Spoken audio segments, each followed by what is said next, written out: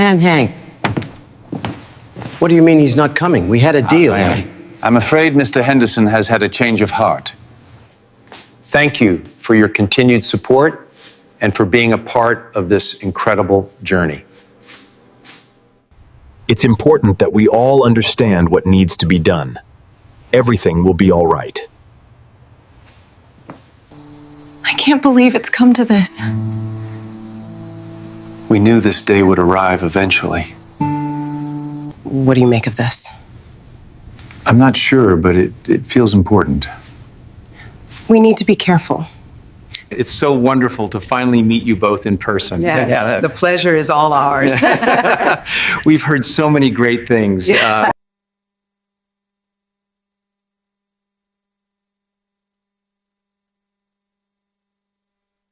Have you ever witnessed a moment so raw, so fragile, that it shattered the way you saw someone you thought you knew? Imagine seeing a powerful billionaire father, the man who built an empire with steel resolve, reduced to tears, weeping in the quiet arms of a black Maid society barely noticed.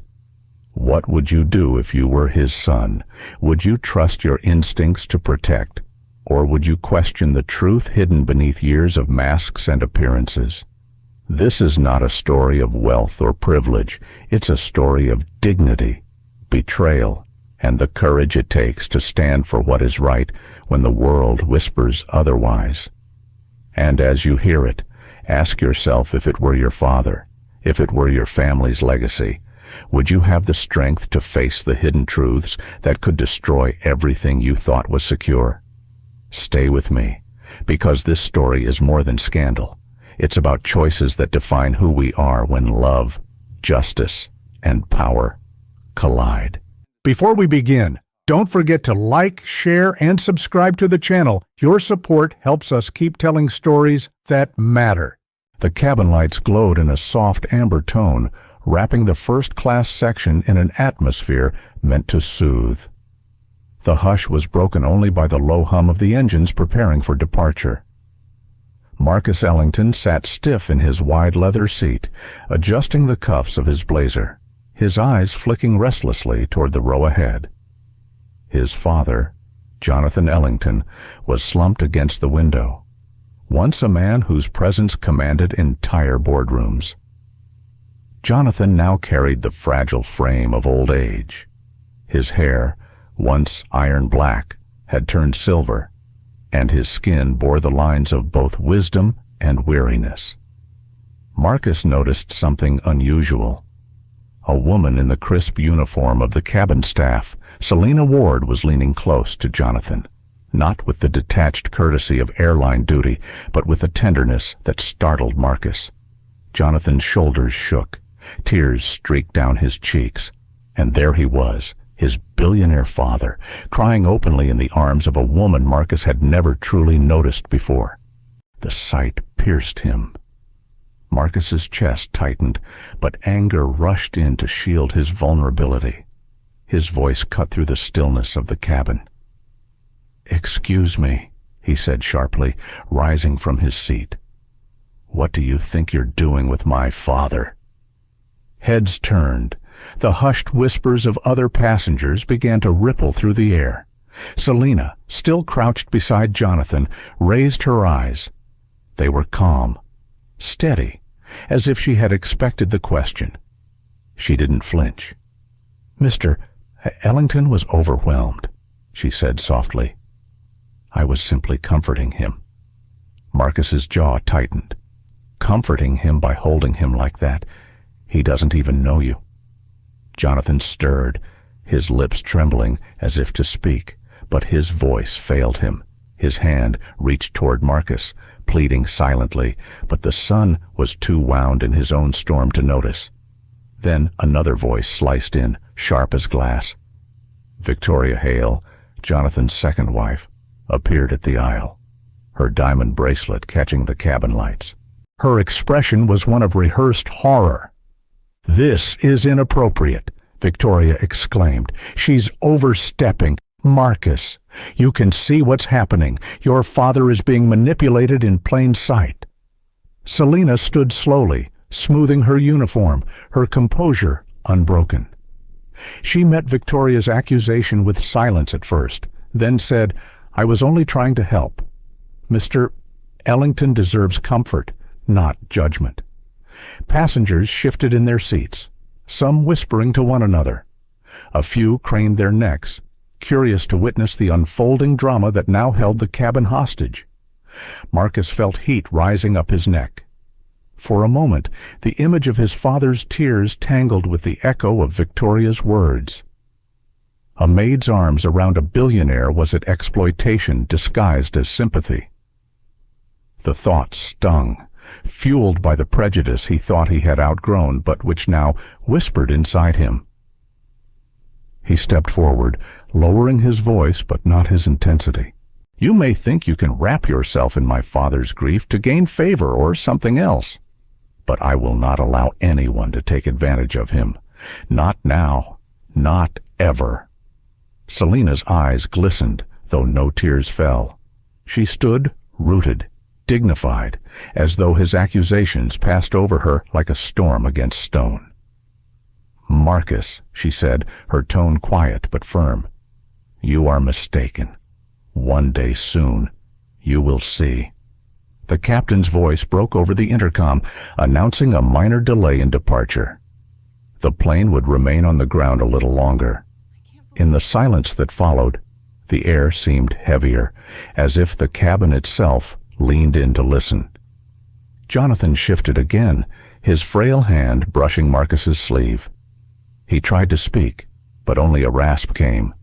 Still, the intent in his cloudy eyes was unmistakable, a plea for his son to pause, to look deeper. But Marcus's pride pressed harder than compassion. "Sit down," he told Selena, pointing toward the crew station. "Do your job. Don't cross lines you don't understand." Victoria's lips curved with satisfaction, a predator disguised in pearls. She placed a hand on Marcus's arm, whispering loud enough for others to hear. "You're doing the right thing. Protect your father. People like her, they only see opportunity in our weakness."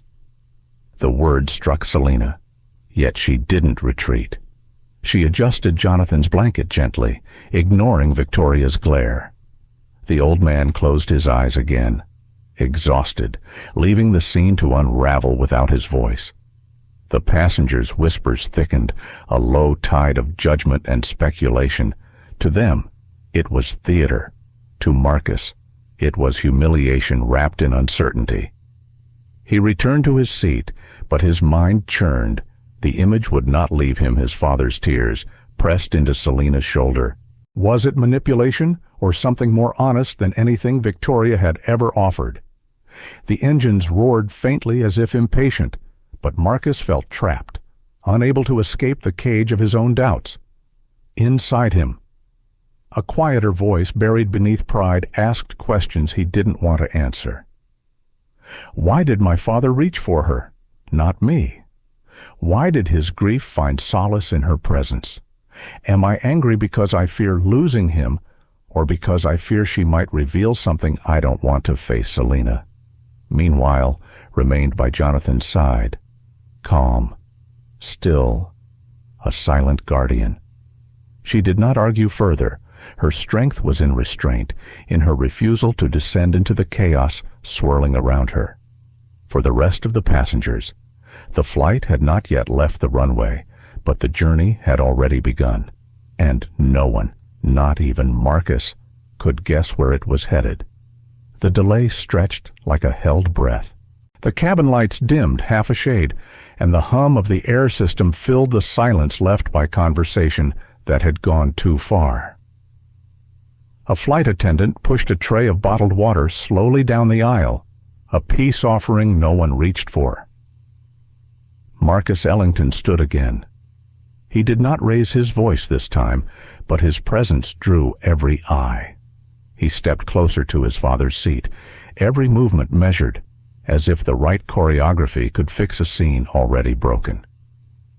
Selena Ward had adjusted Jonathan's blanket, tucked it gently beneath his arm, and now kept a respectful distance. The fine muscles in her jaw tightened, then softened, calm again. unmoved by shame or spectacle. Only the steady awareness of a person whose first duty was care. "Ms. Ward," Marcus said, quieter, "I need clarity. Tell me exactly what happened." Selina nodded. "Your father began to tremble during pre-flight. He said he felt cold. Then he whispered a name. He lost his breath. I steadied him until he could sip water."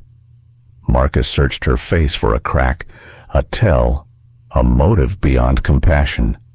He found only exhaustion and a kind of stubborn grace.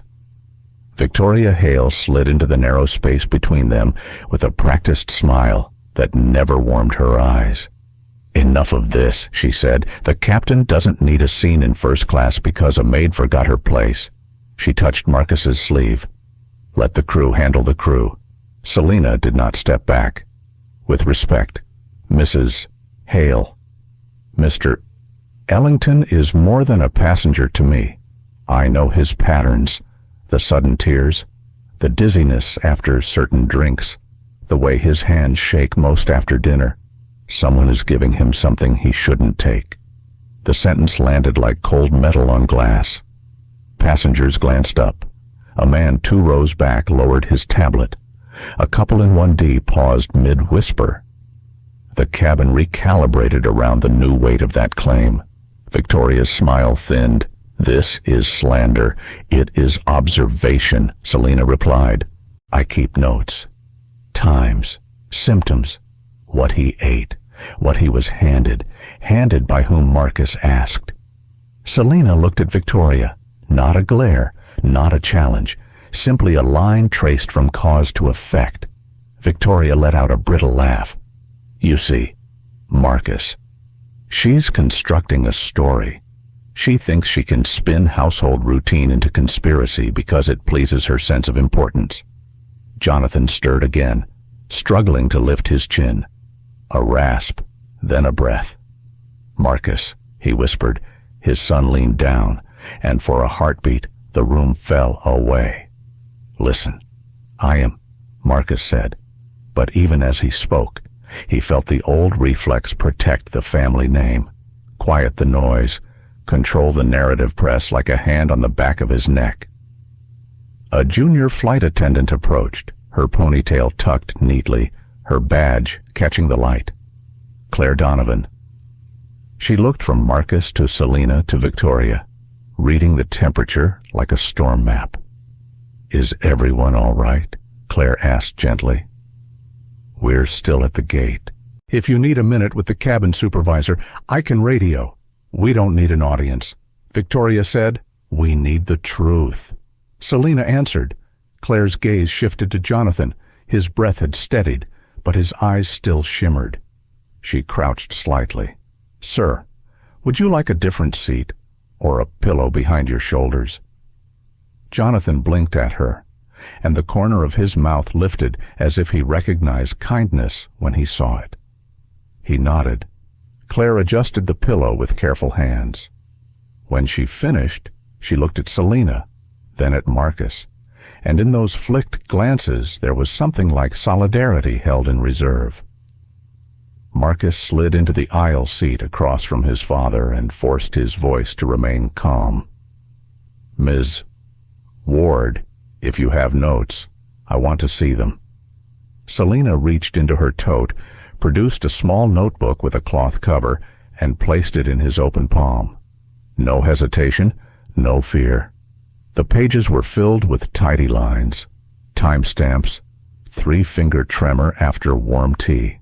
Confusion 20 minutes after the aperitif. Dizziness after the nightcap brought by Victoria's assistant. Marcus flipped. Day after day, dates matched his calendar. Even the nights he remembered seeing his father drift off earlier than usual. "Why didn't you come to me?" he asked, the question rougher than he intended. "I tried," Selina said, "more than once. You were always between flights, between meetings, misses. Hale took messages for you. None were returned." Victoria's lips curved again. "Because we don't indulge paranoia." A passenger across the aisle cleared his throat. Maybe we let the gentleman decide what's paranoid. Marcus ignored the interjection. He felt the shift underneath his feet, the tilt from anger toward doubt, and from doubt toward a sharper feeling he did not yet want to name. He looked up at Selina. "What are you saying?" "Exactly." "That something or someone is dulling him," she said. "Not constantly. Not enough to trigger an alarm.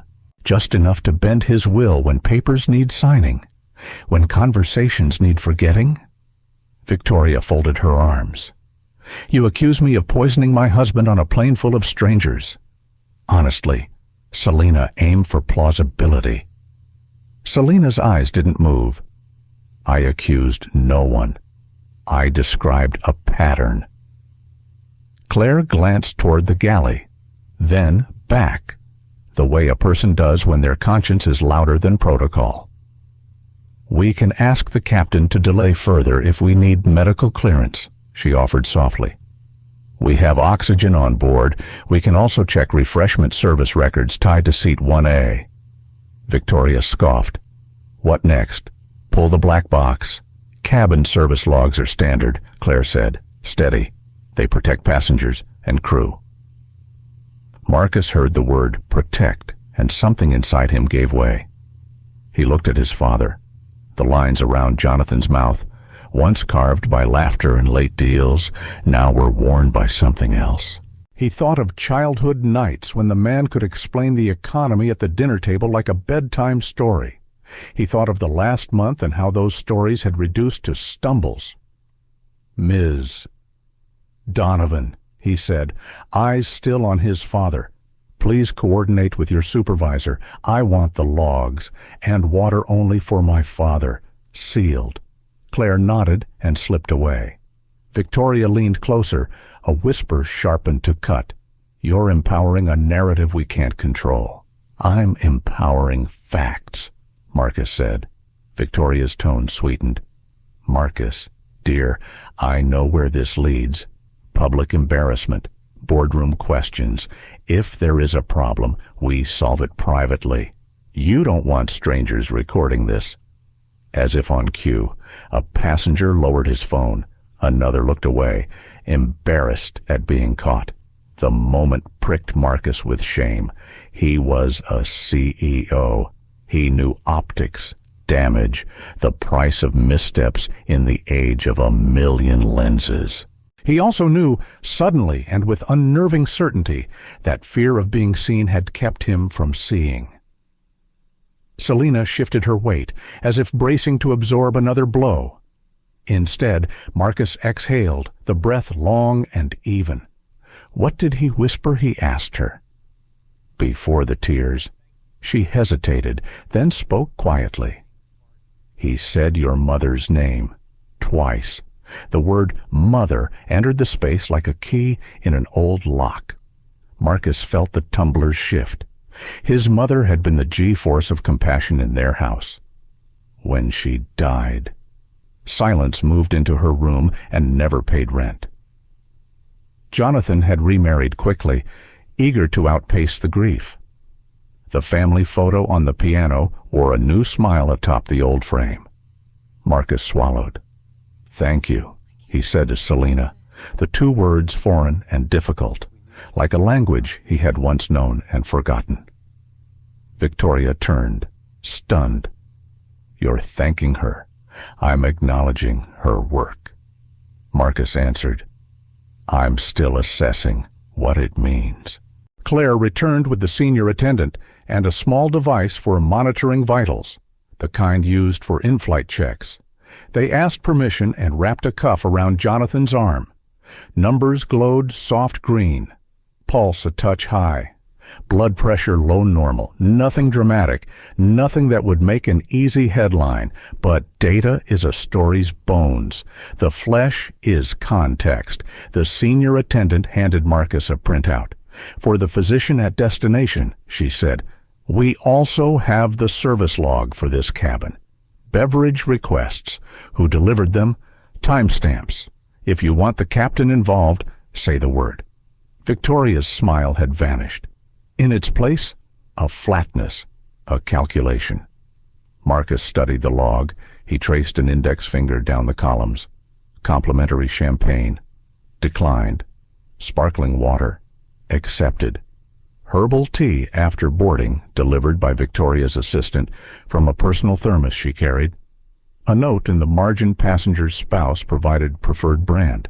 Housekeeping had documented it as a courtesy that bypassed protocol. Marcus felt heat behind his eyes and breathed it back. He passed the paper to Selina.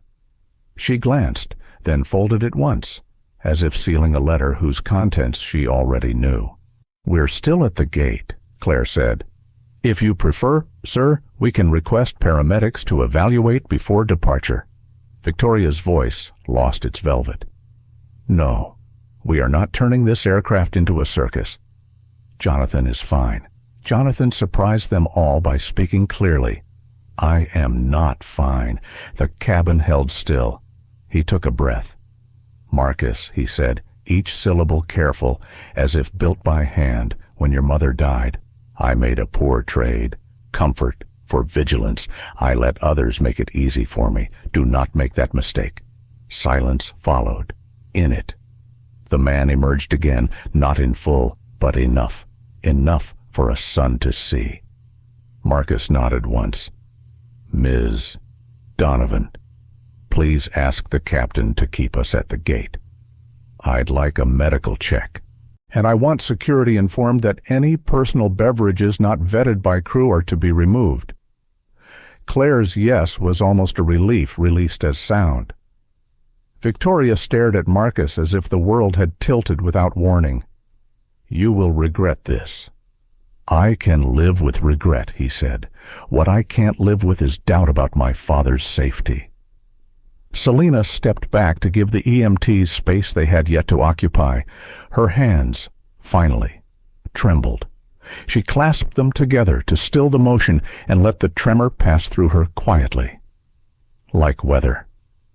Marcus looked at her then, not through her. "Stay," he said softly. "Please," a simple word, a new choreography. The scene had not healed, but it had shifted. And somewhere beyond the sealed windows, morning light pressed against the clouds, waiting for permission to break. The boarding door remained open, and the hum of conversation spread like static through the cabin.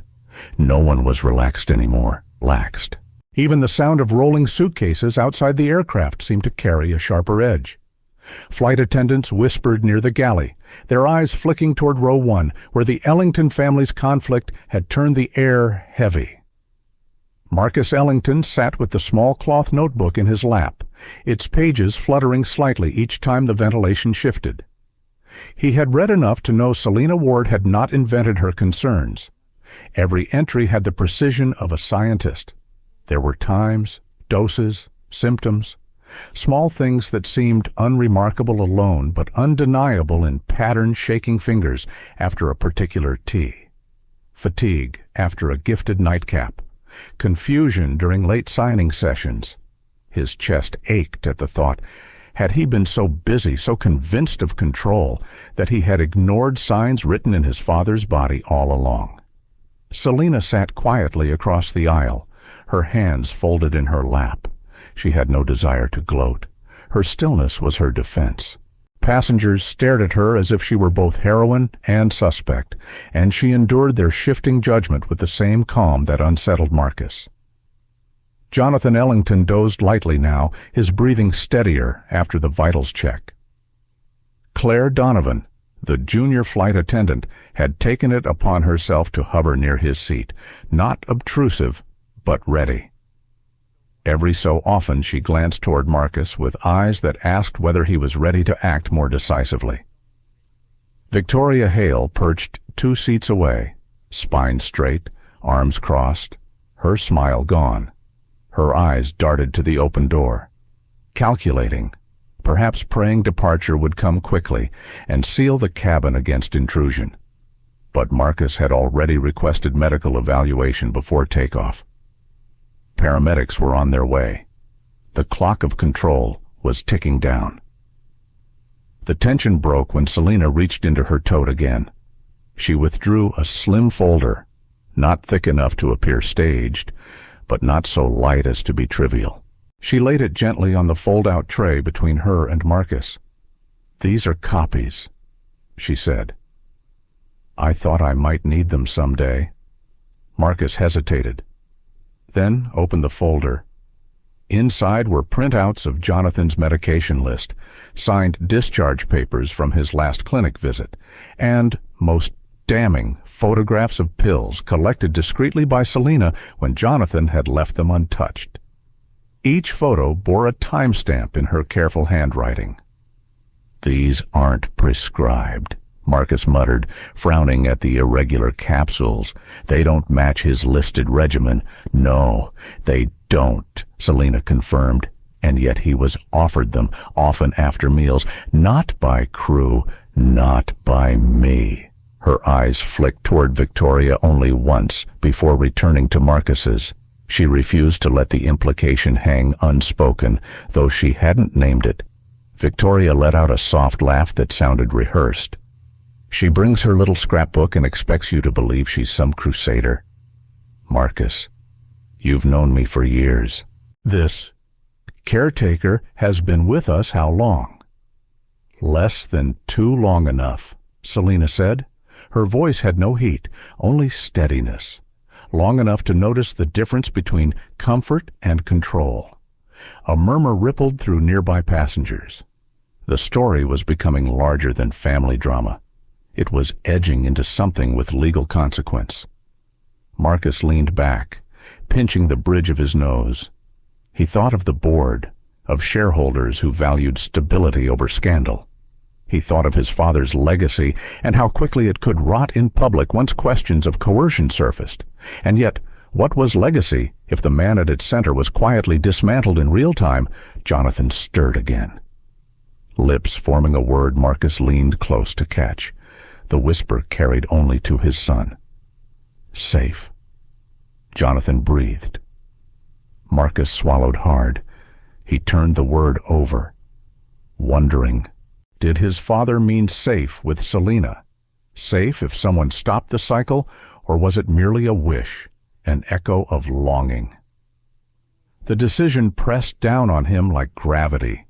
He straightened, placed the folder back in Selena's hands, and spoke low enough for the row, but loud enough for witnesses. "I don't know what all of this means yet," he said, "but I know I can't ignore it." "Not anymore." Claire nodded subtly, as if affirming a choice made. Victoria, however, leaned forward, her voice laced with threat, disguised as reason. "You're about to open a door you can't close," she warned. "The press will devour this. Do you really want your father's frailty analyzed by strangers? Do you want your company's stock rattled by rumors that your household is unstable?" Marcus didn't flinch. If protecting him means disruption, then disruption it will be. Selena lowered her gaze, her lashes hiding the flicker of relief she felt. For the first time, Marcus's words carried something beyond anger. They carried resolve. The cabin door hissed, and 2 paramedics boarded, their uniforms stark against the muted decor of first class. The air shifted as passengers leaned aside to grant space. Victoria plastered on a smile again. "See, he'll be fine. Just a routine fuss."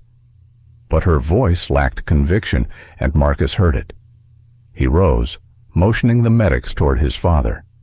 "He's been experiencing tremors, confusion, unusual fatigue. I want a thorough check before we leave this gate." The lead paramedic nodded. "We'll need him in the aisle seat." Marcus assisted, carefully shifting Jonathan with Selena's help. Their hands brushed once, and Marcus caught himself looking at her differently, not as an intruder, but as someone who had held up a part of his world he had been too blind to notice collapsing. The medics wrapped a cuff, took blood sugar, checked pupils. One of them pulled out a portable scanner for a quick ECG. Numbers whispered their tale in beeps and lines. Elevated heart rate, blood pressure lower than expected. Nothing catastrophic, but not trivial either. This isn't just stress, the paramedic said quietly. Something's interfering. We recommend hospital evaluation before any long flight. Gasps stirred the cabin. Victoria's mask cracked. She moved quickly, her voice rising. This is unnecessary. Jonathan has always had delicate nerves. He doesn't need to be dragged into hospital drama. Marcus cut in. Enough. If this is unnecessary, then transparency will prove it. If it isn't, then action now might save his life. Jonathan's weak smile flickered. His lips formed a single word. Good. The decision was made. The medics radioed for ground transport. Departure was canceled. Passengers groaned, some angry, some sympathetic, but Marcus didn't care. For once, image did not outrank truth. Victoria sank back, her hand clenching the armrest. Her eyes burned toward Selena. A silent war declared. Selena returned the stare, not with triumph, but with calm acknowledgement. Truth would not bend this time. Marcus sat again, exhaustion catching him. He looked at his father, then at Selena. His voice dropped to a near whisper. You were right to keep notes. Right not to give up. Selena answered gently. Sometimes the only power we have is to remember, and to refuse to stay silent. Marcus nodded.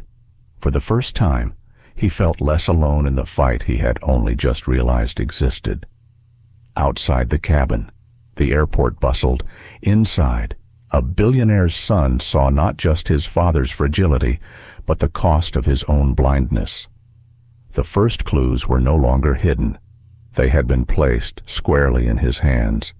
And though the next steps promised conflict, scandal, and perhaps betrayal more personal than any boardroom war, Marcus knew there would be no turning back.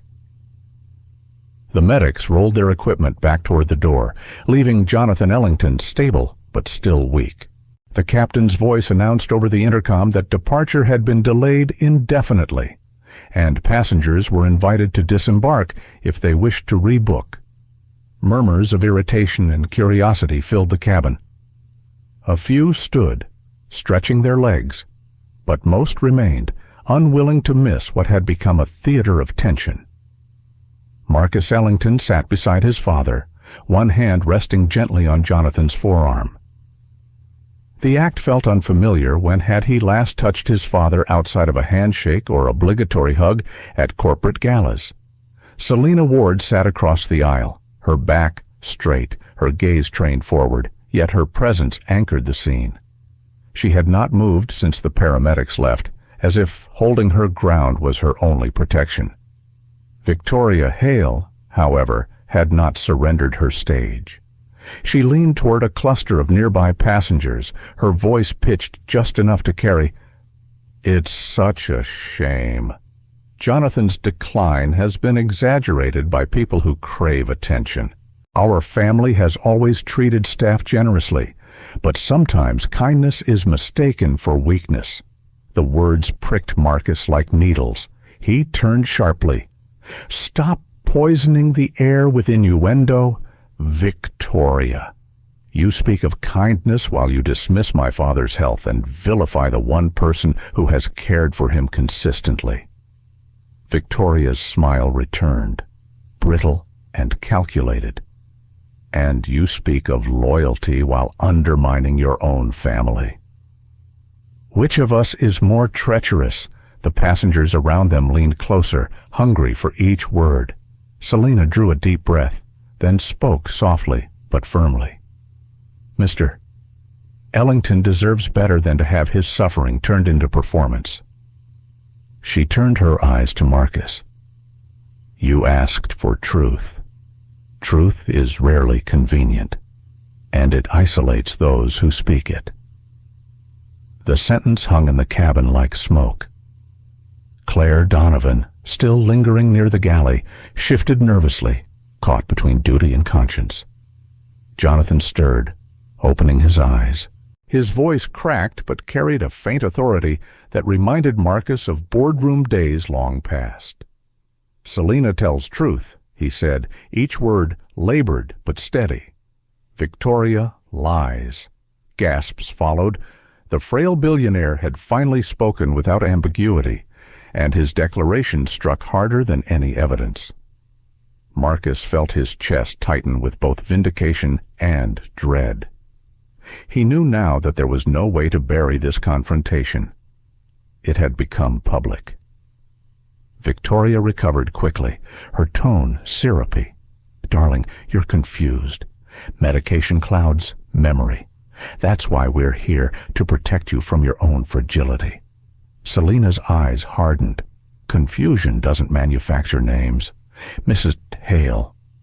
He called for his late wife. He remembers what matters. The tension in the cabin thickened until Claire finally stepped forward.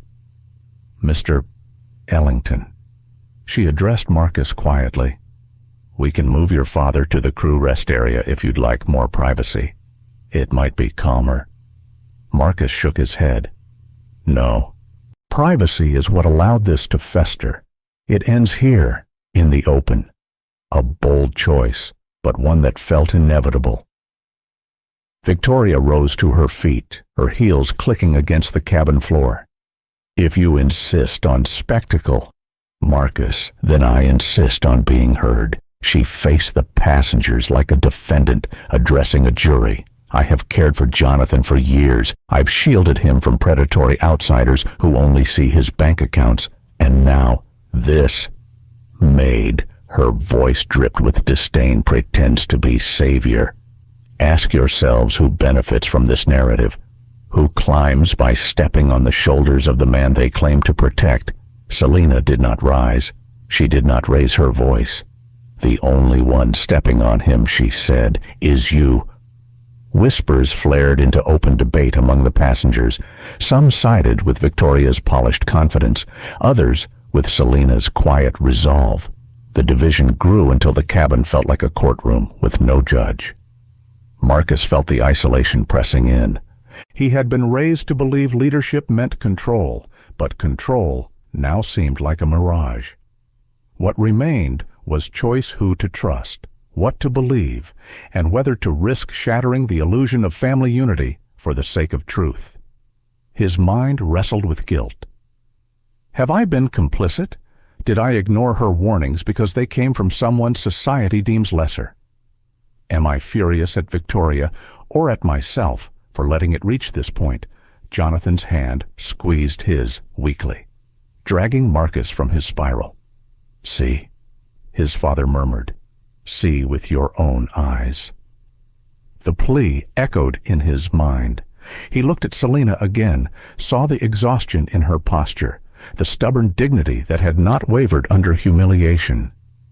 And he realized he was no longer just defending his father, he was defending his own capacity to face the truth.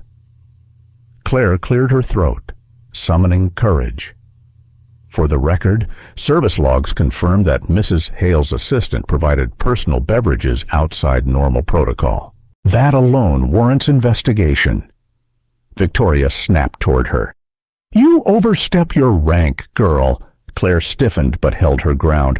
"My rank doesn't erase the facts." The passengers erupted with renewed whispers. Phones lifted discreetly. Screens glowed as people recorded, knowing the story would not stay in the cabin. Marcus exhaled heavily, the burden of leadership shifting in his chest. He stood, addressing everyone within earshot. "I have made mistakes. I ignored signs. I dismissed concerns. That ends now. My father's well-being is more important than optics, more important than reputation. If that costs me, so be it." The declaration silenced even the murmurs. Selina lowered her gaze, emotion finally breaking her stillness. Victoria's mask crumbled, her voice rose, shrill with desperation. "You fool, you'll destroy us all with this crusade." "No," Marcus said, his tone iron. "Truth will destroy only what was built on lies." At that, Jonathan's eyes closed again, but a faint smile lingered on his lips. For the first time in months, he seemed at peace, even if only briefly. The captain entered the cabin then, summoned by the escalating scene. He surveyed the divided passengers, the frail billionaire, the fiery stepmother, the resolute caretaker, and the son caught between. His brow furrowed. "Mr. Ellington," he said formally, "we have to decide. Do you want to continue this flight or disembark for further medical and security evaluation?" Marcus did not hesitate. "We disembark. My father goes to the hospital. And security speaks to everyone involved, including my stepmother." The announcement landed like a verdict. Some passengers groaned at the inconvenience, but most recognized the gravity. They would tell this story later. They would remember the moment when wealth and reputation could not shield someone from truth breaking open at 30,000 feet, or at least, before ever leaving the ground. Selina finally stood, not triumphant, but steady. "Thank you," she whispered. Marcus met her eyes, and for the first time, there was no suspicion, no defense, only acknowledgement. "Don't thank me yet," he said. "This is only the beginning." Outside the cabin, the sound of security boots approached. Inside, the isolation that had suffocated Selina for months now shifted toward Victoria. She stood alone, cornered by truth she could no longer manipulate. The stage was set. The escalation had reached its peak, and the reckoning was only moments away. The aisle filled with movement as uniformed airport security entered, their presence slicing through the cabin like a cold wind. Passengers shifted in their seats, whispering into phones, eyes darting between the officers and the first-class row where the Ellington family drama had hardened into something more dangerous. Marcus Ellington remained standing, his hand resting lightly on his father's shoulder. Jonathan Ellington's eyelids fluttered, weary from the examinations, but he still clung to awareness. Selina Ward hovered close, protective without overstepping, across from them. Victoria Hale straightened her blazer, painted calm over her face, though her fingers trembled against the polished wood of the armrest. The lead officer spoke evenly. "We've been requested to escort Mr. Ellington for medical evaluation and to gather statements from involved parties. We'll need to clear the aisle." Marcus nodded. "My father leaves with medical staff. But before that happens, there's something that needs to be addressed." He turned, his voice carrying down the hushed cabin. "Evidence has been presented that my father may have been subjected to substances outside of his prescribed care. That evidence cannot leave this aircraft buried." Victoria barked a laugh that fooled no one. "Really?" Marcus, turning a flight delay into a courtroom. "Do you intend to try me here before an audience of strangers?" Selina's voice cut in, calm but sharp as glass. "Truth doesn't require a courtroom. It requires daylight." The words made Marcus's decision clear. He reached for the folder Selina had offered earlier, open to a section of notes with attached photographs, but before he could present them, Selina spoke again, more hesitantly this time. "There's something else," she admitted. Her hand slipped back into her tote, producing not paper, but a slim flash drive sealed in a small plastic sleeve. She held it like it might burn her fingers. "I wasn't sure if I should ever reveal this, but the time for hesitation is gone." Marcus frowned. "What is it?" Selina met his eyes, a copy of the household ledger. Transactions logged by staff who didn't realize I knew how to trace them. Purchases and withdrawals. Some small, some disguised as maintenance expenses. But they point to patterns deliveries of pharmaceuticals never prescribed. Payments routed through accounts you never signed off on. The cabin seemed to contract, every breath drawn tighter. Victoria's eyes narrowed, her polished veneer cracking further. "You stole from the household record," she demanded. "I preserved them," Selina corrected, "because I suspected they might one day vanish." The lead officer shifted uncomfortably. Mr. Ellington, if there are allegations of financial misconduct or tampering with medication, those are matters for investigators beyond airport security. Marcus's jaw clenched. Then let's make sure investigators receive them. He took the flash drive, slipping it into his inside pocket. This doesn't disappear. Jonathan stirred, his voice raspy but firm. Good boy. The words brought an ache to Marcus's chest. He had been called many things in his life: executive, leader, strategist. But hearing pride from his father in such a fragile moment hit deeper than any corporate accolade. Victoria rose suddenly, her heels clicking. This is absurd. You're entertaining fantasies spun by a servant desperate for relevance. Marcus, hand that over. We'll deal with it discreetly, as family should. But Marcus no longer flinched at her commands. Family protects. Victoria, it doesn't exploit. Whatever this drive holds, it will be examined by neutral eyes. Whispers erupted from the surrounding passengers. Phones lifted higher, angles adjusted. The spectacle had become history in real time.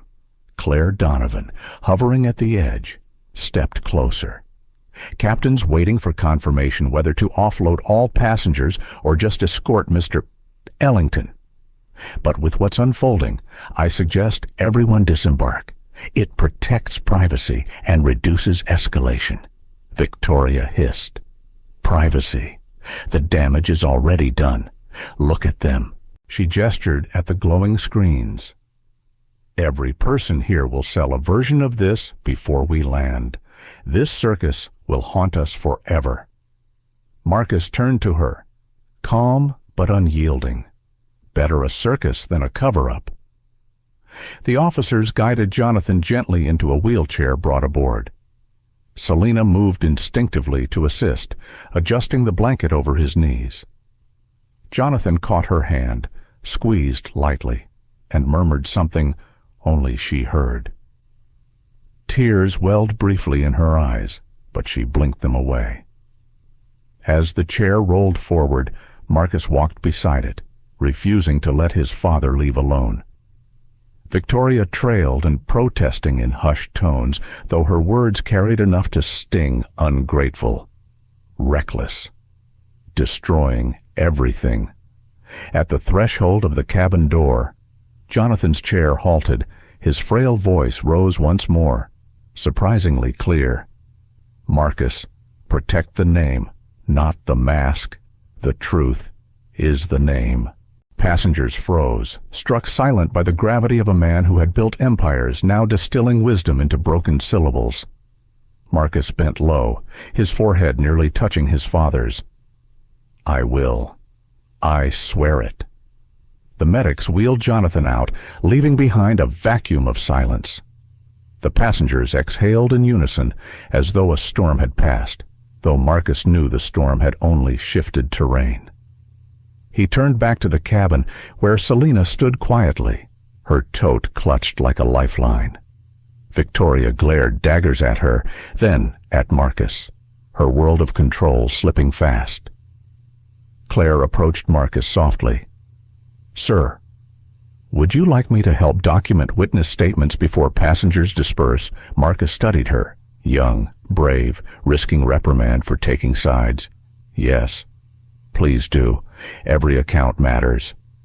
As passengers began filing off the plane, murmurs filled the air, some sympathetic, others cynical, all electrified by the sense of being part of something larger than themselves.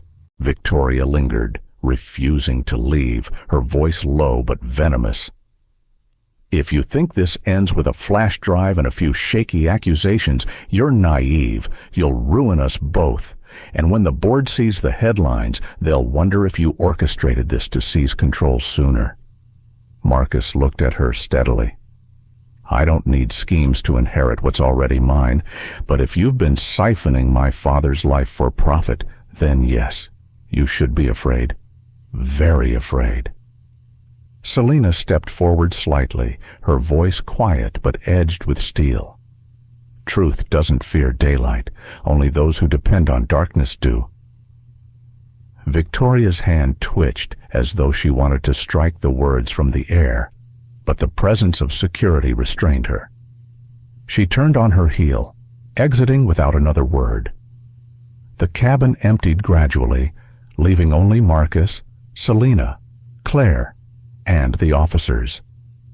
The weight of what had unfolded pressed down on Marcus's shoulders, but alongside it was something new, resolve. He turned to Selena. "This ledger, did you make other copies?" "Yes," she replied, "hidden away. If this one vanishes, the truth survives." Marcus exhaled, a mixture of relief and dread. "Then we have a weapon, but also a war." He looked at Claire next. "You may face consequences for speaking out today." "I won't forget it." She shook her head. "Some things are bigger than protocol." Marcus studied the two women, one who had risked her livelihood, the other who had risked her safety to shield his father. Then he thought of his own silence until today. Shame burned, but with it came a vow he would not retreat again. The officers urged them toward the exit. As Marcus stepped into the jet bridge, the murmur of gathered press reached his ears. Word had already spread beyond the cabin. Flashes of cameras flickered at the far end like heat lightning. He braced himself. The hidden ledger in his pocket felt like both anchor and fuse. One wrong step, and it could ignite a firestorm. But perhaps that was the only way to burn away the lies that had taken root. As they moved toward the waiting ambulance, Selena at his side and Victoria trailing reluctantly behind, Marcus whispered to himself, words only he could hear. Protect the name, not the mask. For the first time, he understood exactly what his father had meant. The jet bridge was thick with echoes, wheels of the stretcher rolling over metal, the murmur of paramedics giving updates, the hum of passengers dispersing behind them. But at the far end, beyond the glass doors, Marcus Ellington could already see the shimmer of camera lenses catching every fragment of movement. Word had leaked faster than he imagined possible. Jonathan Ellington was eased into the ambulance, his thin frame dwarfed by the stretcher, oxygen mask fogging faintly with each shallow breath. Selena Ward walked on one side, adjusting the blanket again, her hand steady even as the world tilted toward chaos. Marcus followed close behind, his expression calm but his pulse pounding. Victoria Hale lingered several steps away, her heels striking the floor like accusations. She wore a polished mask again, though her eyes betrayed the cracks. She was rehearsing lines, Marcus knew, constructing the narrative that would protect her once the microphones found her name. Mr. Ellington, a voice shouted as the doors opened. A flood of reporters surged forward, corralled only loosely by airport security. Questions collided mid-air. Is your father unwell? What's the role of the maid? Did your stepmother provide unauthorized medication? Is this an inheritance dispute? Flashes lit the ambulance bay like lightning trapped in a storm cloud. Marcus raised a hand, not in surrender, but in command. My father is under medical care. That is our priority. Any speculation about his treatment will be handled through official investigation. For now, respect his dignity. But dignity was never enough to quench curiosity. Reporters pressed closer, their words sharp as pebbles flung against glass. Selena lowered her gaze, bracing against the exposure she had never sought. Her entire role had been in the shadows, and now she was forced into the cruel light of spectacle. Victoria, on the other hand, seized the moment. She pivoted gracefully toward the microphones, voice dripping honey. Jonathan's health has always been delicate. Unfortunately, stress and exhaustion have been manipulated into stories that do not serve him. I ask that the press show restraint and ignore baseless claims. The calculated phrasing stung Marcus like a blade between the ribs. She was framing the truth as fantasy, twisting concern into manipulation. And she was doing it with the effortless poise of someone who had practiced deceit until it felt like breathing. A reporter turned sharply, pointing his mic towards Selina. "Ms. Ward, do you confirm you accused Mrs. Hale of poisoning?" "Mr. Ellington?" Selina froze. Her instinct was silence. She was not trained for media, not shielded by wealth. But Marcus stepped forward, intercepting. "No one will interrogate her. Any evidence goes directly to investigators, not tabloids." His tone was steel. Victoria arched a brow, her smile sharpening. Then why carry on in public at all? If not for drama, Marcus ignored her. He guided Selina toward the ambulance, ensuring the flash drive was still pressed against his chest pocket. Claire Donovan, who had followed them discreetly, caught up near the ambulance doors. She leaned closer, her voice barely audible. "They're already spinning it online, some siding with you, some calling it a stunt. You need to get ahead of it." Marcus nodded grimly. "Then we control the message with facts." Jonathan was lifted inside the ambulance. Before the doors shut, he whispered again, fragile but insistent, "Don't hide." The words rang in Marcus's ears as the vehicle pulled away, sirens slicing through the air. Left behind in the storm. Marcus faced the circle of reporters still shouting questions. For a moment he considered retreating, letting silence shield him, but his father's words held him firm. He stepped onto the small riser near the terminal wall, raised his voice enough to carry over the noise. "You will hear many claims today. But here is what I know. My father experienced unexplained health issues that merit medical and legal attention. A member of our household staff kept careful notes, and those notes will be reviewed by authorities.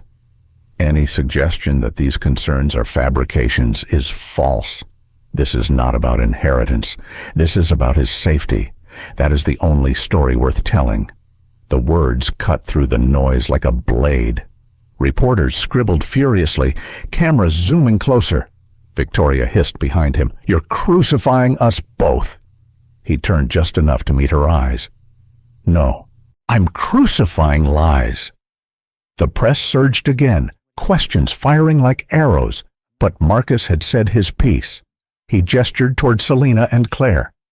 "They are not to be harassed. This conversation is over until investigators speak." With that, he moved through the crowd, security forming a path. Selina followed quietly, her tote clutched like armor.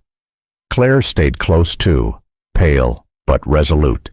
Victoria lingered, answering questions with polished half-truths, sowing doubt wherever she could.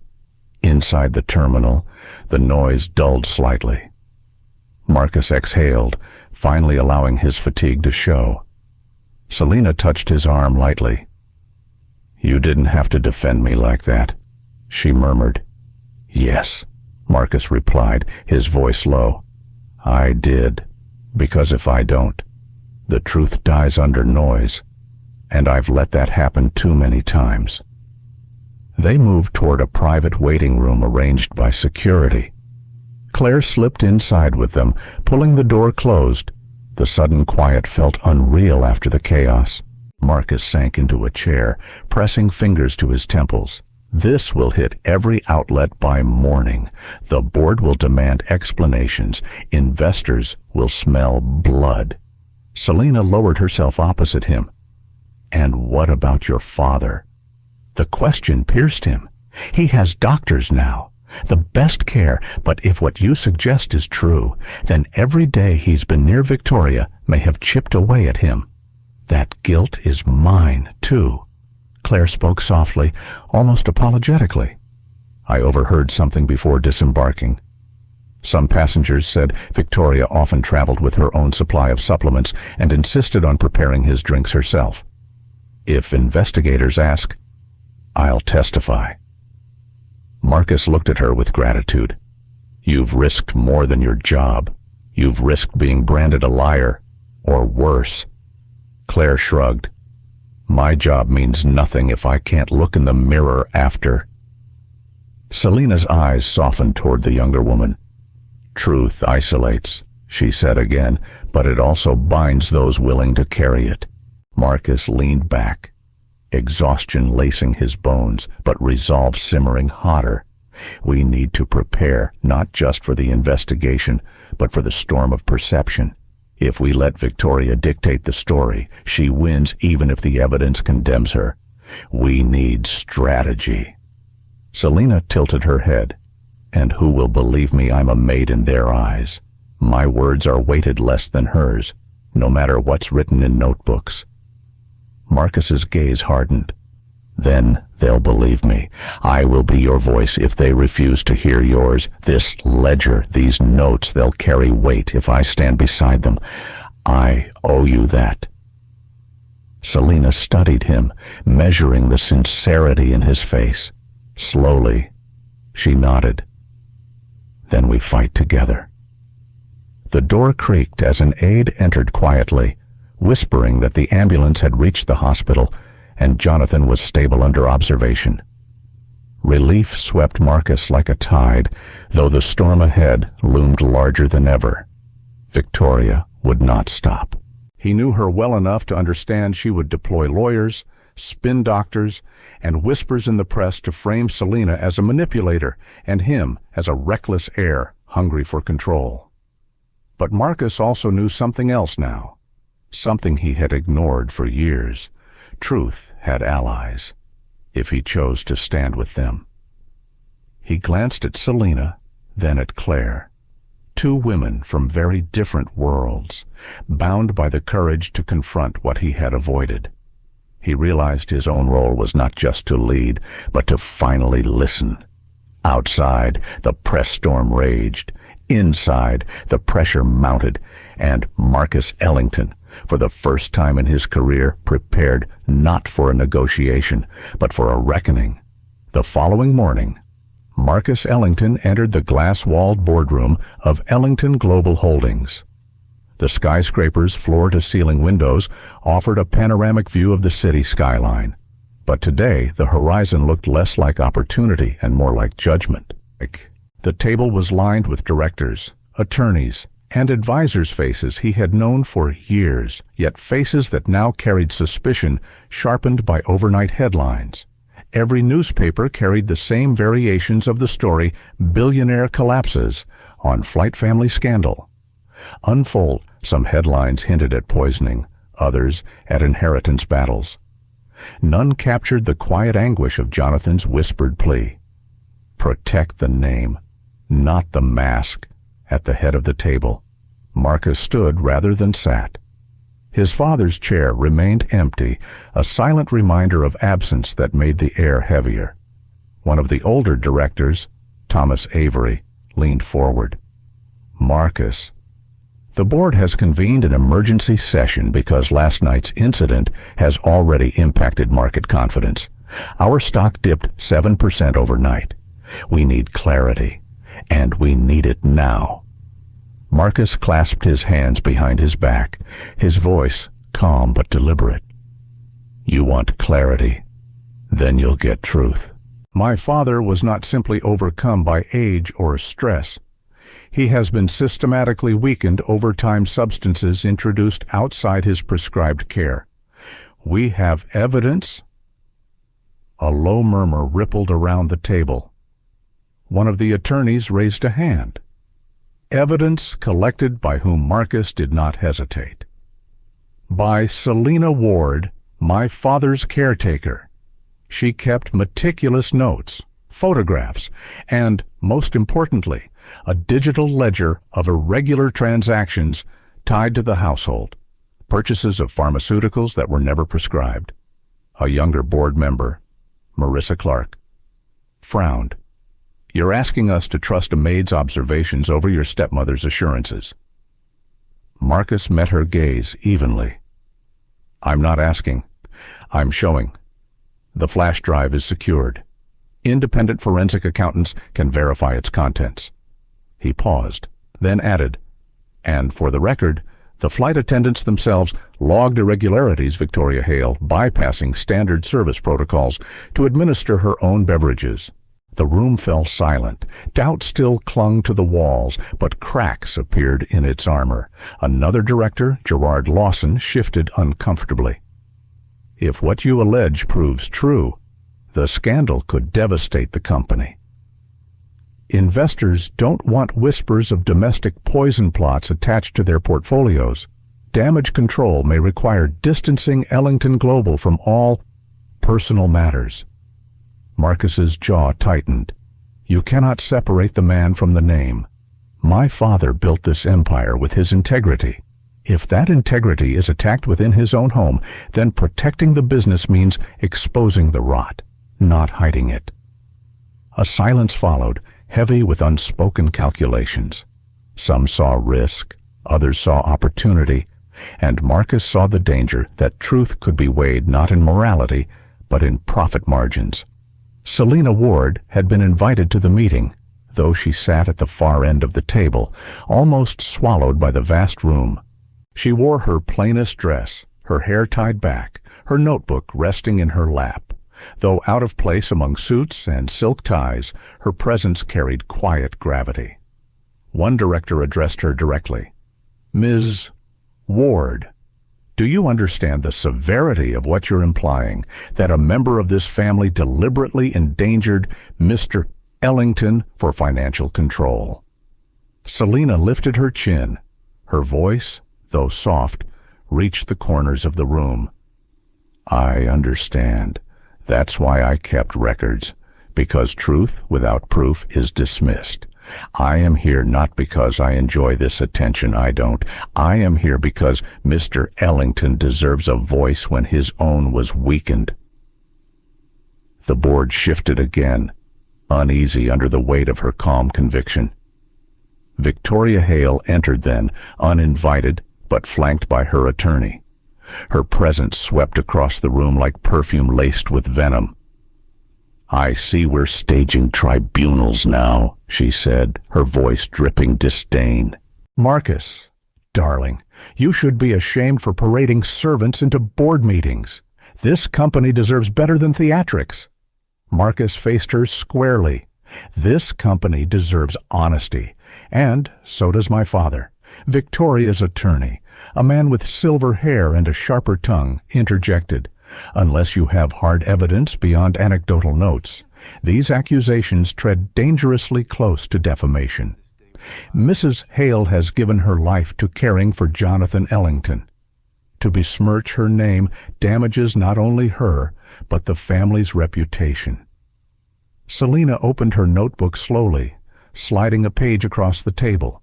Photographs of pills with timestamps, receipts for purchases disguised as household maintenance, and annotations matching Jonathan's episodes. Then Marcus placed the flash drive on the polished wood, its tiny weight heavy with consequence. This, Marcus said, his voice steady, will speak louder than all of us. If you fear truth, then perhaps you already know what it contains. Victoria's eyes narrowed, her mask of serenity faltering for the first time. She leaned in, hissing. You think a few scribbles will undo me? You think investors care more about household spats than stability? I will outlast your little rebellion, Marcus. But the board had already shifted. The attorney for Ellington Global cleared his throat. Given the evidence presented, we have no choice but to initiate an independent inquiry. For transparency and fiduciary duty, Mrs. Hale, you will temporarily step down from any access to household or company accounts until findings are confirmed. Gasps circled the table. For the first time, Victoria's control had been publicly curbed. She rose abruptly, fury flashing in her eyes. You'll regret this. She spat. Every one of you, especially you. Marcus, you're dismantling your own house. Marcus did not waver. Better to dismantle lies than to let them rot the foundation. Victoria stormed out, her attorney scrambling behind. The door shut with a thud that reverberated in the silence. Selena's hands trembled slightly as she closed her notebook. She felt exposed, fragile under the weight of so many eyes. But when Marcus glanced toward her, his expression softened with something new gratitude untainted by doubt. He addressed the board once more. My father is fighting in the hospital. His dignity depends on us choosing truth over convenience. Whatever fallout comes, I accept it. But I will not bury what has already nearly buried him. The room remained silent, but this time the silence was not disbelief. It was recognition that a line had been crossed, and there was no going back. Later, in the quiet of the corridor, Marcus caught up with Selena. You stood against a wall of power and didn't flinch, he said softly. Selena shook her head. I flinched on the inside, but some truths are louder than fear. Marcus nodded slowly. From now on, we fight together. You are not alone in this anymore. For the first time, Selena allowed herself a small, weary smile. The battle was far from over, but at least the truth had found its place at the table. The corridors of St. Bartholomew Medical Center smelled faintly of antiseptic and old coffee. Marcus Ellington moved through them like a man carrying the weight of two worlds, his father's frailty and his company's fragile reputation.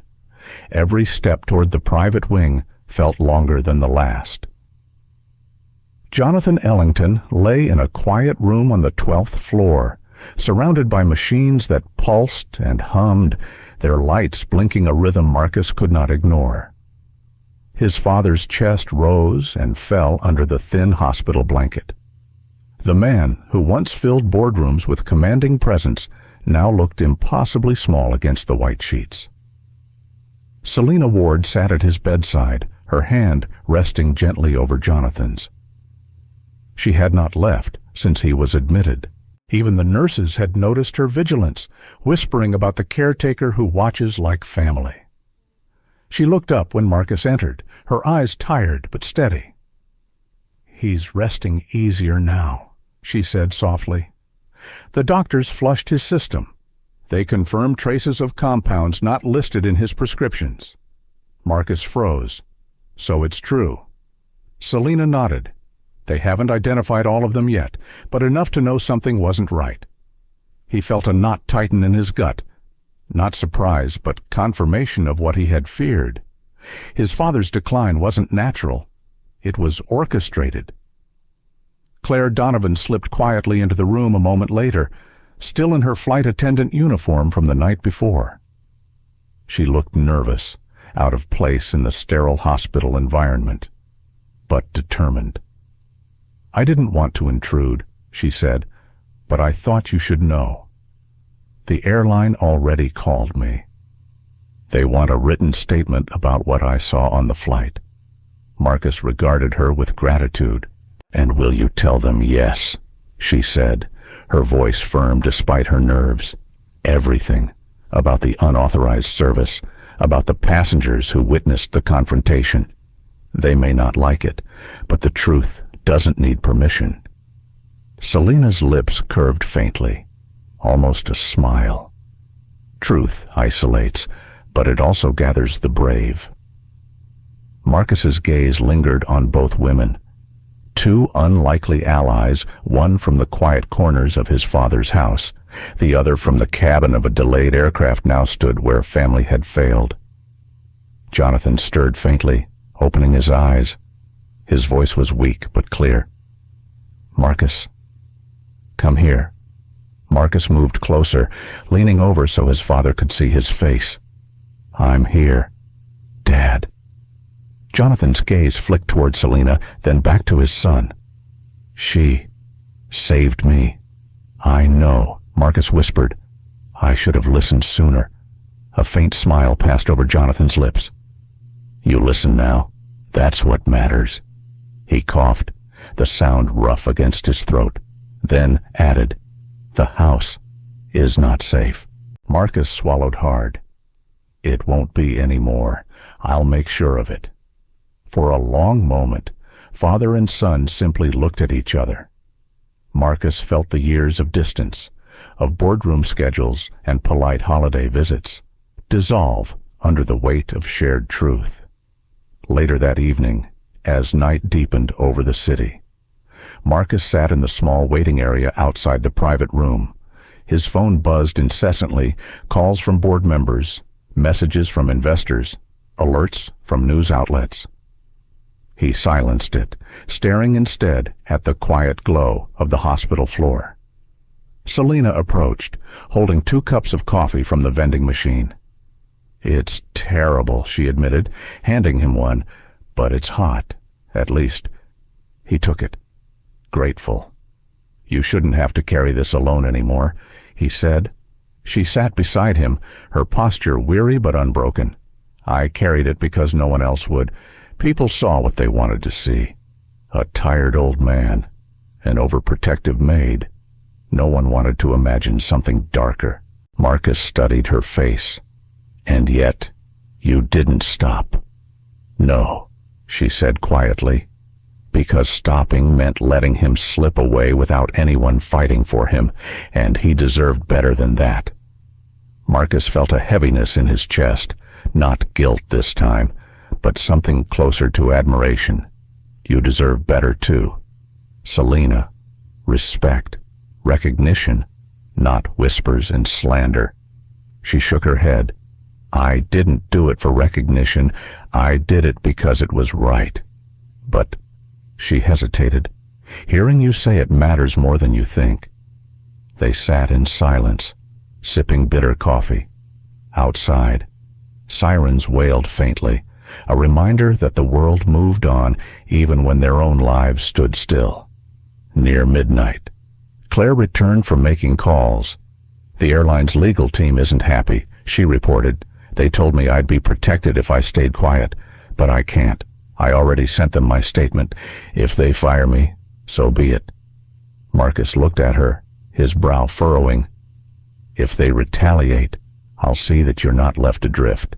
My company needs people with courage more than it needs another lawyer polishing lies. Claire flushed, surprised by his promise. "Thank you, sir. But I did it because it was right, not for a reward." The 3 of them formed an unlikely circle in that waiting room: an executive, a maid, and a flight attendant drawn together by a crisis that had exposed both corruption and courage. Just after 1 in the morning, a doctor entered, clipboard in hand. "Mr. Ellington is stable tonight, but we recommend a full toxicology panel. We'll need to keep him under observation for several days. Whoever was supplying these compounds knew enough to keep them low dose. Hard to detect." Marcus's hands curled into fists, which means it wasn't random. Someone calculated this. The doctor nodded. Yes, it was deliberate. Selena's breath caught, but she said nothing. The truth she had carried was now spoken aloud by a professional voice. The isolation she had endured began to lift. When the doctor left, Marcus rose and paced the length of the waiting area. "Victoria won't stop. She'll twist this, even with evidence against her. She'll say we're conspiring, that you 2 are fabricating stories for gain." Selena met his eyes. "Then we keep showing them truth until they can't deny it. You have the power to amplify what I couldn't." Marcus stopped, the words sinking in.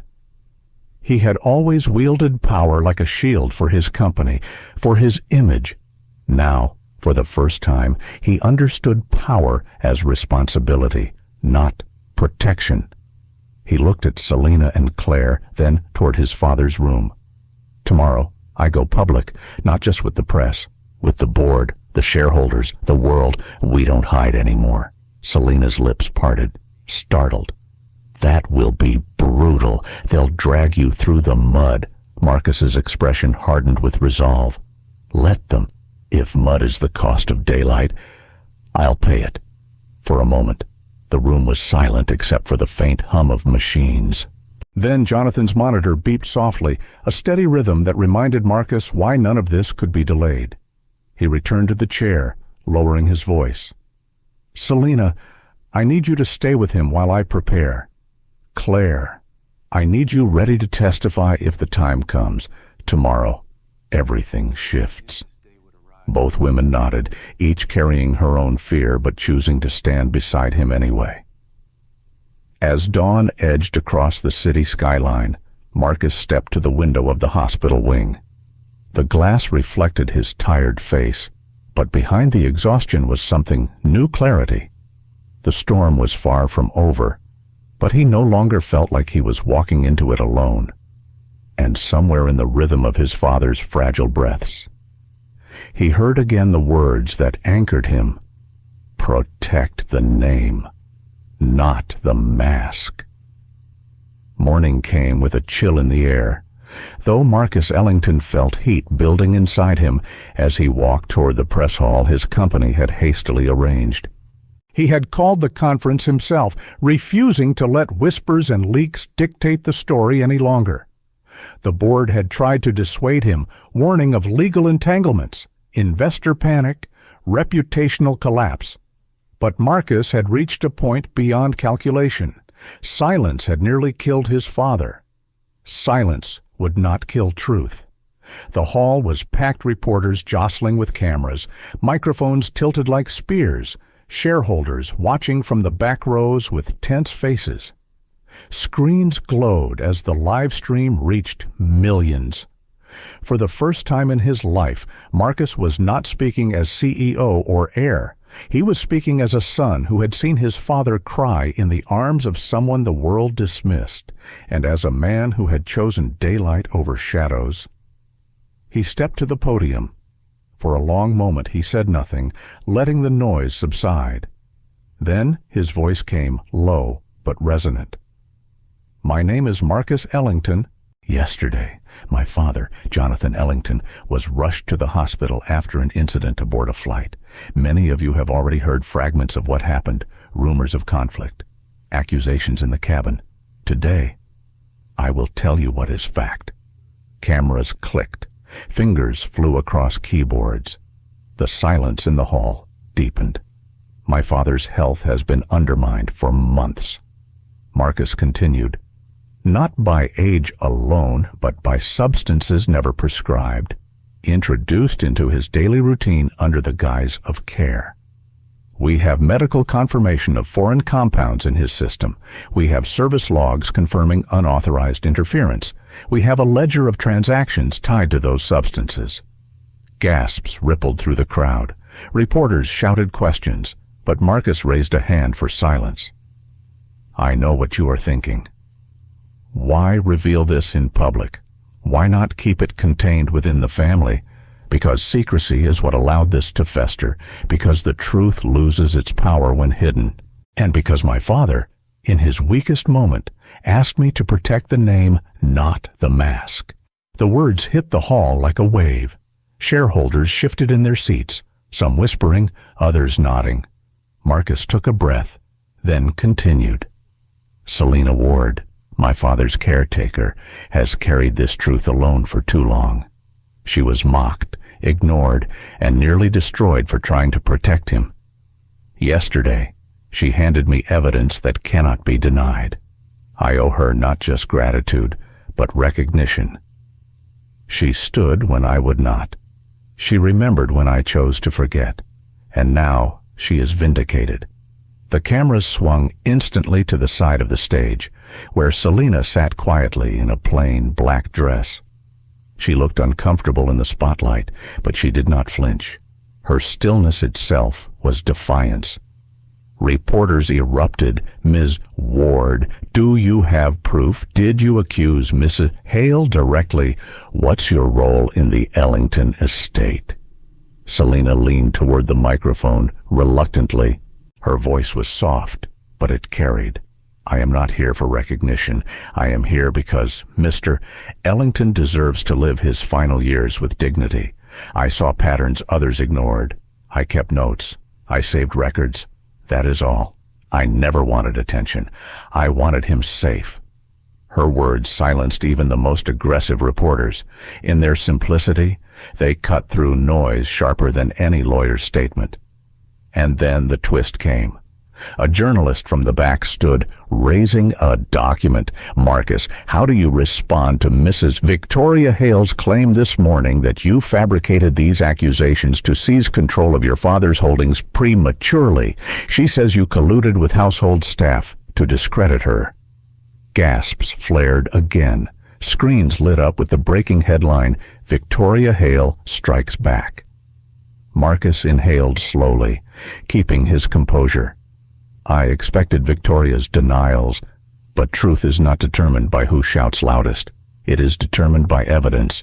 The ledger is in the hands of independent investigators. The toxicology reports are underway. And, unlike her, I have nothing to gain from exposing this except my father's safety. Another reporter pressed forward. "But if she is found guilty, you consolidate control of the Ellington Empire. How can the public trust your motives?" Marcus's voice sharpened. "If the price of protecting my father is suspicion, I accept it. Question me all you want, but do not question the reality of a man weakened by compounds he never asked for, nor the courage of the woman who refused to look away." The room erupted into applause, hesitant at first, then building. It wasn't universal, but it was enough. For the first time, Marcus felt the tide shift. Outside, however, the storm only grew. News outlets blasted split screens, Marcus declaring truth, Victoria accusing betrayal. Social media fractured into camps, some praising Marcus's courage, others calling it a family feud disguised as morality. Backstage, after the conference ended, Marcus sank into a chair, exhausted. Selena sat across from him, her hands folded, eyes weary. "You've put a target on yourself," she said quietly. "I know," Marcus admitted, "but better me than you. You carried this too long alone." She hesitated, then asked, "And what if the world chooses her story over ours?" Marcus looked at her steadily. "Then we keep showing them until they can't deny it. Truth is patient, lies aren't." At that moment, Claire Donovan entered, breathless. "Marcus, you need to see this." She held up her phone. A live broadcast showed Victoria Hale outside her mansion, flanked by attorneys, claiming Marcus was colluding with the help and accusing Selena of manipulating Jonathan for inheritance. The cameras ate it up. Selena's face paled. "She's turning it against us already." Marcus felt fury burn in his chest, but beneath it, clarity hardened. Then we bring out the next piece. The ledger isn't just about medicine, is it? He turned to Selena. She hesitated, then nodded slowly. No. It also shows money transfers. Accounts moved quietly. Assets shifted. If the public sees it, they'll understand it wasn't just about weakening him. It was about positioning herself for control. Marcus leaned forward, voice low but fierce. "Then we don't wait. Tomorrow we release it. Not to the press alone, to regulators, to law enforcement. And if she wants to fight in daylight, we'll fight there too." Selena's eyes glistened, not with fear this time, but with relief. For the first time, I believe she won't win. Marcus exhaled, feeling the weight of choice and consequence pressing on his shoulders. But inside, beneath the exhaustion, something stronger than fear began to grow. Resolve. And as he stood to leave the press hall, flashes exploding outside, he knew the battle was far from over, but at least now he was fighting on the right side of history. The following evening, Marcus Ellington sat alone in his office, the city's skyline a web of glittering lights behind him.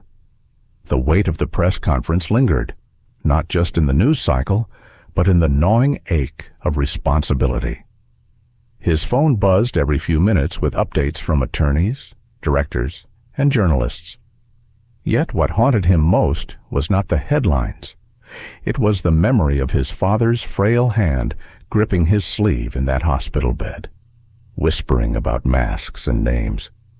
He poured a glass of water, ignoring the unopened decanter of scotch on the shelf. For years, that bottle had been a ritual in moments of stress. Tonight, clarity demanded sobriety. A knock broke the silence. Selina Ward entered, carrying a folder worn at the edges. Her eyes, shadowed by fatigue, glimmered with quiet determination. "It's time," she said. Marcus gestured for her to sit. The ledger Selina opened the folder carefully, as if handling a fragile artifact. Inside were printed copies of financial records she had pieced together from months of quiet observation documents Victoria Hale never imagined anyone would notice. "This is more than medical purchases," Selina said. "Look here. Transfers routed through shell accounts. Holdings moved discreetly out of Ellington Global subsidiaries. At first I thought it was household expenses disguised, but it's larger. She's been shifting assets overseas." Marcus scanned the pages, his pulse quickening. To where accounts tied to a firm in the Cayman Islands and another in Luxembourg. Both fronts, both under names linked to her attorney's network. Marcus's stomach tightened. So it wasn't just about controlling my father. She was bleeding the empire itself. Selina nodded, slowly enough not to trigger alarms, but over time, it adds up to hundreds of millions. For a moment, the room seemed to close in around Marcus. He saw not only betrayal, but sabotage, a deliberate weakening of his father's life's work. Before he could speak again, Claire Donovan arrived, her cheeks flushed from rushing.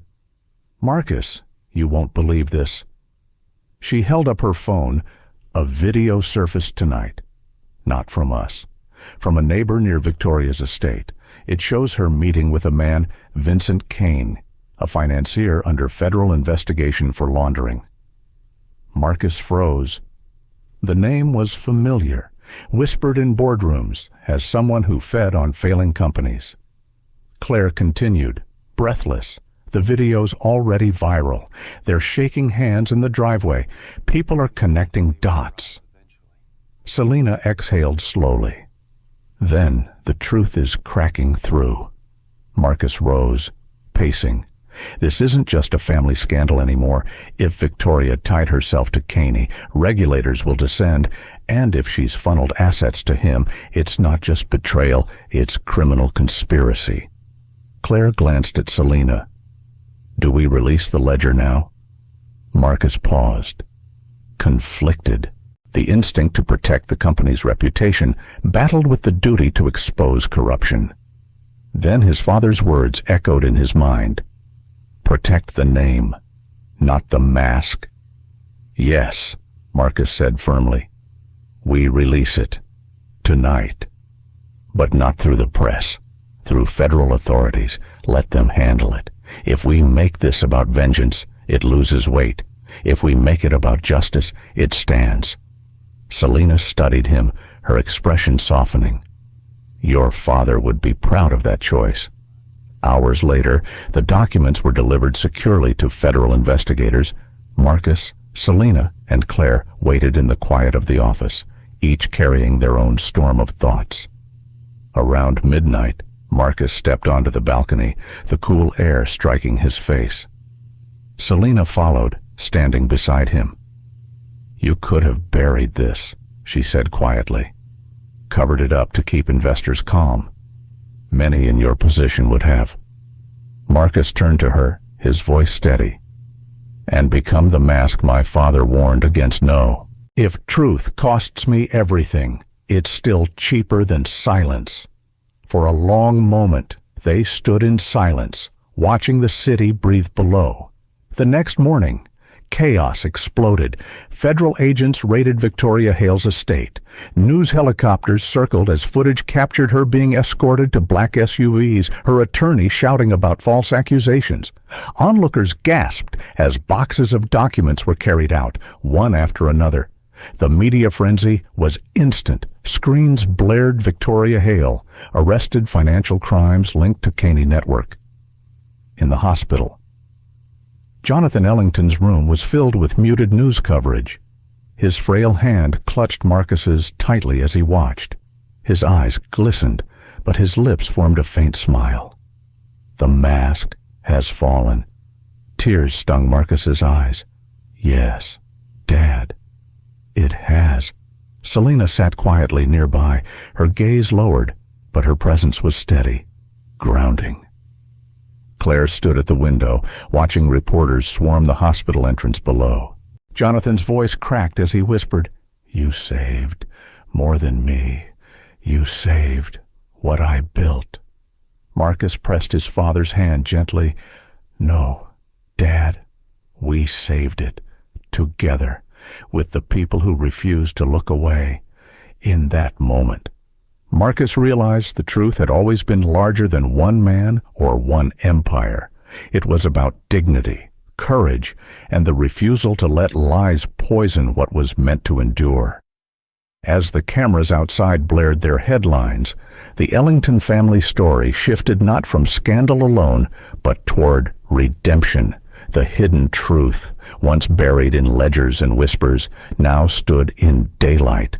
The cost had been high, reputations shattered, trust fractured, the empire shaken. But beneath it all, something unshakable remained: the name, not the mask. And Marcus, standing between his frail father, his steadfast ally Selena, and the young witness Claire, felt for the first time in years not like a businessman trapped in a scandal, but like a son finally worthy of the legacy he was born into. At its heart, this story reminds us that truth is not fragile, it is patient. Lies can dazzle, deceive, and dominate for a season, but they cannot endure when ordinary people choose to stand with courage. Marcus Ellington's journey shows us that even in families of great wealth, betrayal and manipulation can hollow out the foundation if dignity is sacrificed.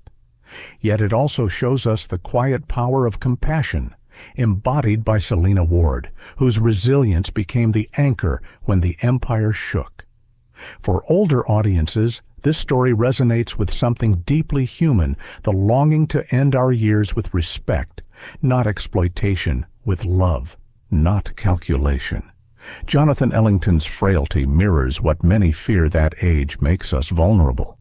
But it also reveals what we all hope that someone will see us not as a burden, but as worthy of protection.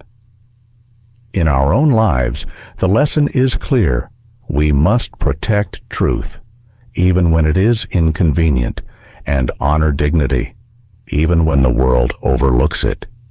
Because legacies are not built on masks, but on the courage to live with integrity, one choice at a time. Thank you so much for watching and for sharing this emotional journey with us. If this story touched your heart, please take a moment to like the video, share it with friends, and subscribe to our channel. Your support means the world. It helps us continue to bring you stories that inspire reflection, empathy, and hope. Stay with us for the next chapter. We can't wait to share it with you.